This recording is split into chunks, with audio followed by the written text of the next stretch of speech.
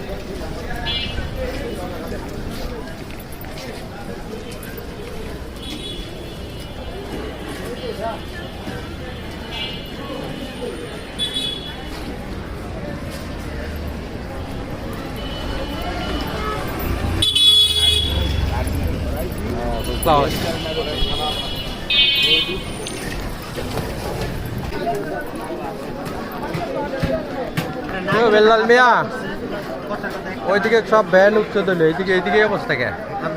Van কি হয়েছে ওইদিকে? ওইদিকে তো সব সরাইছে এই এলাকায়। ওই হাউজিং এটার অবস্থা কেন?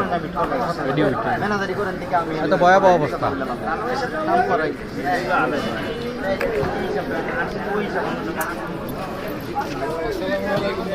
কি অবস্থা ভাই আপনার এলাকায়? এই অবস্থা কে?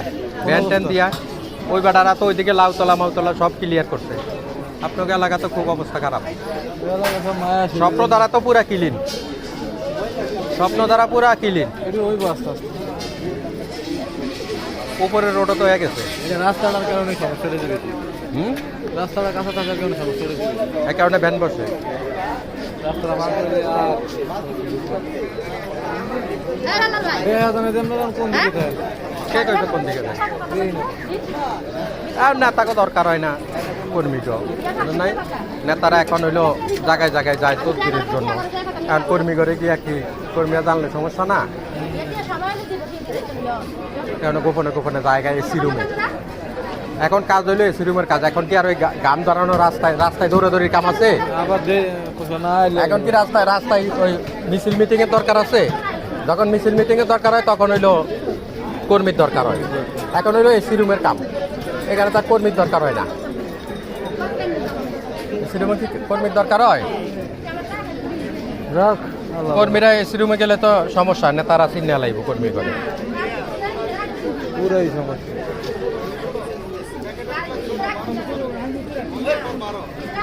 এই রাস্তা দখল, ওই রাস্তা তো দখল মুক্ত হয়েছে, ফুটপাথ সব উচ্ছেদ হয়েছে একবারে। ইয়া হইলেও স্বপ্ন দ্বারা পুরো ক্লিন, কিন্তু এই রাস্তাটা একবারে মাছ বাজার, পুরা বাজার বসে গেছে। এই রাস্তায় মানুষ চলাচল করতে কষ্ট, রিক্সা টিক্সা কেমনে চলবো? দাও দুই সাইডে যেই বাজে ইয়া বসে, দুই সাইডে যেই বাজে ভাড়া নিচে দোকান নাকি ভাড়া নিচে দোকান, ওরা চৌকি বসায় দিছে রোডে। অর্ধেক রাস্তার মেন অর্ধেক রাস্তা আটকানো। তুমি দেখো ওই দোকান থেকে মাপ দিলে রাস্তার পুরো অর্ধেক ওই লোক দখল করে রাখে। এটাই তো যেতে হবে। কিন্তু ভাড়া নিছে কি, দোকান ভাড়া নিছে না, হ্যাঁ, দোকান ভাড়া নিয়ে রাস্তা রাস্তা দখল করে রাখছে। দোকান এসে রাস্তা বেশি দখল করছে। বেশি, বেশি।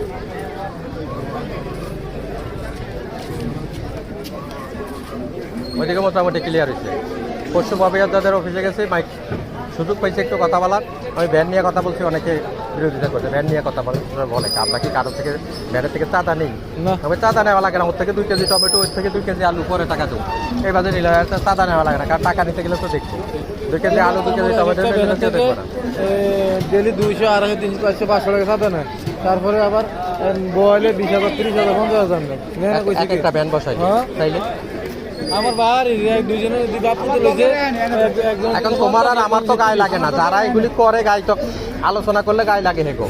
যেটা নিয়ে কেন আলোচনা বাপু করে? তো 80,000 টাকা নিছে। হ্যাঁ তো এর বাপের দেশে গেছে, আইসা জায়গা পায় না, কিছু করার নাই। 30,000 টাকার মায়ের মানে টাকা নিছে ভ্যান বসাই 80,000 টাকা নিছে। বয়সে দুইটা, একটা 50, একটা 30, 30,000 টাকা দিয়ে বাড়িতে গেছে আর জায়গা পায় না। মানে কয়দিন করার পরেই বাড়িতে গেছে, বাড়িতে যাওয়া আবার করার জায়গা। জায়গা দখল হয়ে গেছে, তারা টাকাও শেষ, জায়গা ব্যবসাও শেষ।